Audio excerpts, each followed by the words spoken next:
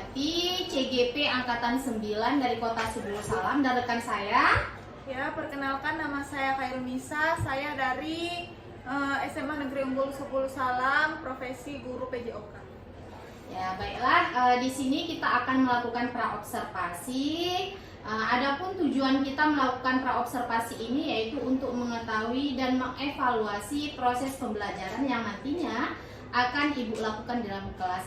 Nah, sebelumnya saya ucapkan terima kasih Ibu karena telah bekerja sama untuk menjadi supervisi akademik di kelas nantinya.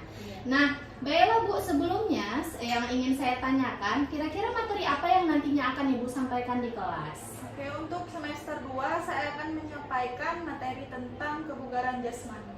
Kebugaran jasmani ya Bu ya. Nah, kira-kira itu di kelas berapa Ibu? Ya, itu akan saya laksanakan di kelas 11 MIPA 1 pada jam pertama 7.30 sampai jam 9.30. 7.30 sampai jam 9.30, khususnya di jam pagi Bu ya. Iya. Nah, tadi materi yang akan Ibu sampaikan yaitu kebugaran jasmani. Nah, tentunya di dalam materi kebugaran jasmani itu punya tujuan-tujuan pembelajaran tertentu. Kira-kira Bu, tujuan pembelajaran apa yang nantinya akan Ibu sampaikan? Ya, untuk kebugaran jasmani saya harapkan anak-anak mampu mempraktekkan kebugaran jasmani itu dengan baik dan benar. Ya, selanjutnya anak-anak mampu menerapkan sifat jujur, disiplin, kerjasama, tanggung jawab, dan sportivitas. Ada sportivitas ini ya Iya. tadi ya. Nah, berbeda seperti materi-materi yang lainnya ataupun pembelajaran yang lainnya. Iya. Di sini yang saya sangat menarik gitu ya. Ada sportivitas gitu ya. Artinya anak-anak harus sportif dalam menjalankan aktivitas apa yang nanti akan Ibu sampaikan. Gitu, Iya. Bu, ya. Nah, dari beberapa tujuan yang telah Ibu sampaikan tadi, tentunya punya strategi Bu ya. Nah, kalau kita masuk di kelas itu punya strategi ataupun langkah-langkah yang akan kita lakukan. Kira-kira seperti apa itu Bu? Ya, untuk pembelajaran PJOK sendiri, strategi yang pertama itu media. Jadi media yang digunakan itu harus menarik dengan didukung metode pembelajaran. Jadi saya menggunakan metode pembelajaran diferensiasi konten dan sosial emosional. Iya, diferensiasi konten dan sosial emosional. Iya. Nah, diferensiasi ini menarik Bu ya sebelumnya, karena kita membebaskan kepada siswa gitu ya, apa yang akan mereka tunjukkan ataupun apa yang mereka pilih gitu ya. Intinya seperti itu. Nah, Iya. kira-kira Bu, di dalam diferensiasi konten dan sosial emosional ini gitu ya, langkah seperti apa yang akan Ibu lakukan nanti dari 35 orang siswa gitu ya Bu ya di Iya. kelas? Jadi untuk diferensiasi sendiri atau metode pembelajaran, di sini saya akan membuat kelompok. Jadi anak-anak tidak bosan.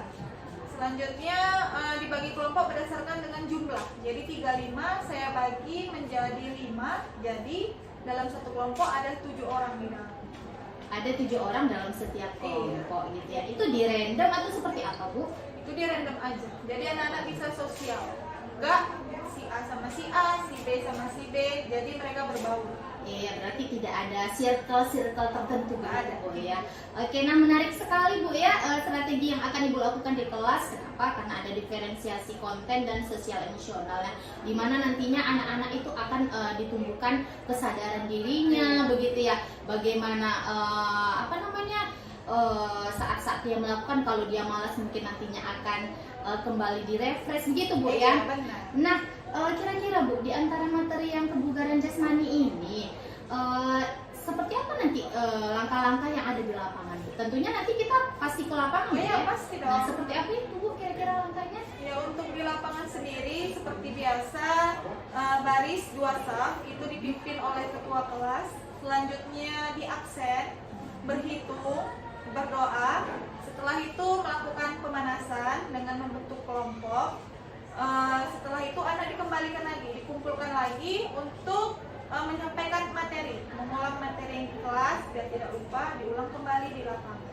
Setelah itu masuk ke materi kebugaran jasmani. Nah, masuk ke materi. Nah, berarti kalau yang dari saya tangkap tadi, selain di dalam kelas Ibu menyampaikan materi, berarti di lapangan Ibu akan mengulang kembali gitu ya, supaya tidak terjadi hal-hal ataupun tidak terjadi tujuan yang melenceng begitu Bu ya. Nah kira-kira Bu, yang saya ingin tanyakan, kalau tidak terjadi pemanasan seperti apa itu Bu? Aduh, kalau tidak terjadi pemanasan, kalau di olahraga itu bahaya karena bisa-bisa anak cedera. Karena kalau di olahraga cedera ini harus kita hindarkan, jangan sampai ada cedera. Makanya lakukanlah pemanasan yang baik dan benar. Makanya penting pemanasan itu. Ya, di awal tujuan dari PJOK ini apabila terjun ke lapangan dari yang saya tangkap setelah Ibu sampaikan, berarti harus diawali dengan pemanasan begitu Bu ya. Selain dari tadi ada berdoa, ada baris berbaris, kemudian di absen gitu ya. Intinya di awal pembelajaran itu dilakukan pemanasan supaya anak-anak tidak cedera pada saat melakukan inti dari materi begitu Bu ya.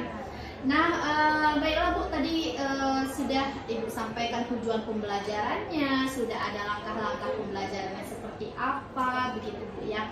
Nah, nantinya kita lakukan di semester 2 Bu ya. Nah, kira-kira kalau di semester 2 nanti tepatnya di hari apa Bu, kalau kita akan melakukan supervisi? Itu di hari Senin, selesai upacara, baru masuk ke kelas 11 IPA 1. Iya, berarti kita lakukannya di hari Senin begitu Bu ya. Tepatnya di jam pertama ya, karena ada jam upacara. Nah, baiklah Bu, semoga nanti supervisi akademik kita berjalan dengan baik tanpa ada halangan dari tangan apapun.